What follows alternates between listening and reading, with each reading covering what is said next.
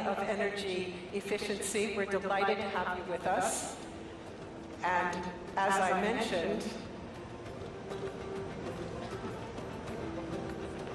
no worries, thank you. It's wonderful that you can join us, and if you like, you can go straight to the podium, because we are talking about the increase of renewable energy, and certainly the U.S. has seen a major rise in renewable energy, not least due to the Inflation Reduction Act's triggering of hundreds of millions in investment. So tell us your pledge. Thank you, and good afternoon to everyone. It is good to be here with the leaders who are present from government, from civil society, and philanthropy.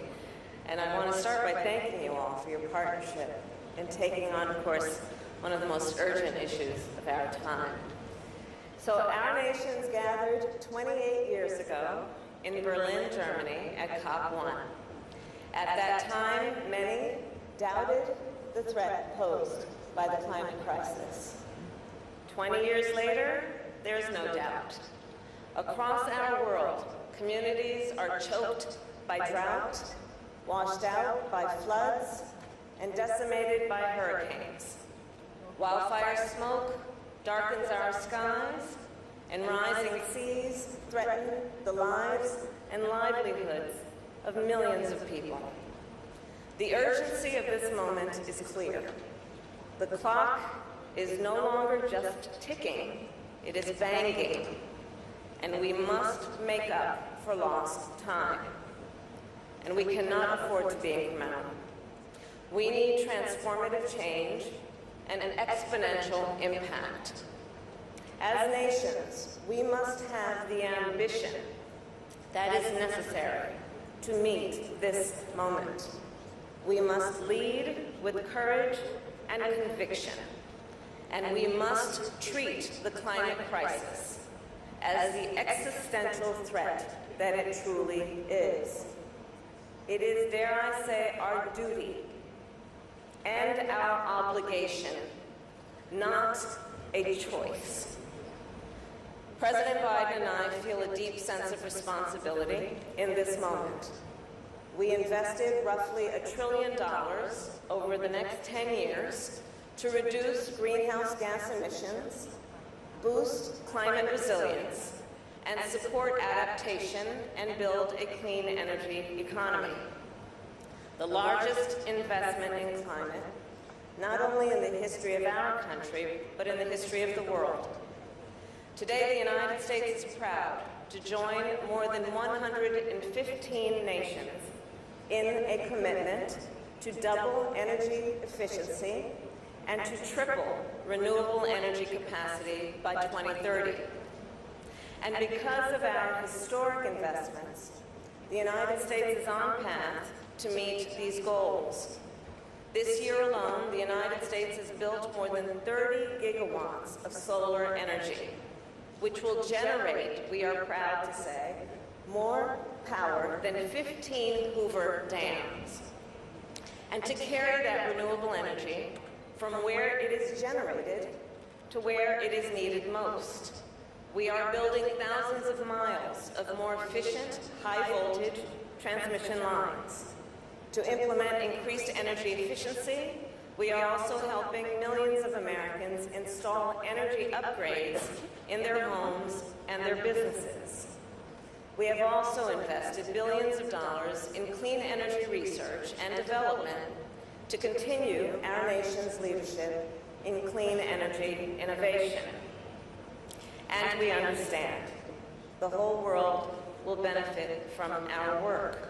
When the United States increases renewable energy production and innovation, it lowers the costs and boosts the efficiency of renewable energy technology around the globe, which of course makes it easier and more affordable for countries around the world to meet their climate goals. And I will note, crucially, our collective pledge today to rapidly increase renewable energy also includes a call for all nations to stop building new unabated coal power plants. a type of power plant that the United States stopped building more than a decade ago. The climate crisis has emphasized that our world is interconnected and interdependent. And to meet these global challenges, we must have global collaboration.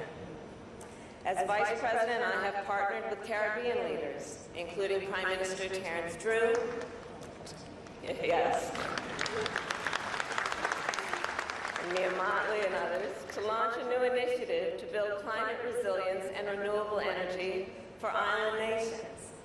Earlier this year, I was proud to be in Zambia, where we secured $7 billion in private sector investment for initiatives such as climate-smart agriculture and renewable energy projects across the continent of Africa.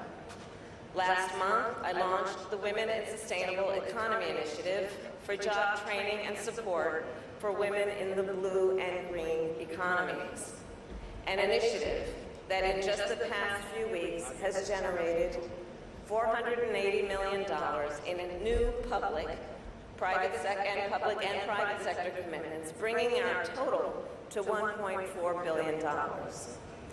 And to ensure that developing countries can build a clean energy economy, today I am proud to announce that the United States is launching a new partnership to help build clean energy supply chains around the globe. We are also announcing $568 million in concessional lending as part of this partnership to help drive investment in clean energy manufacturing. I will close then with this. As Vice President, I have had the privilege to meet with young climate leaders from across the United States and around the world. No matter where they come from, these young leaders have something in common. They understand the urgency of this moment, and they fight with conviction, knowing we still have time to make a difference. So let us all share in their sense of urgency and their optimism. Let us all lead them with ambition and conviction. Despite the profound challenges we face and the time that is moving quickly, let us harness the power that we have together to build a cleaner, healthier, and more prosperous future for this generation and for generations to come. I thank you. Vice President, thank you very much for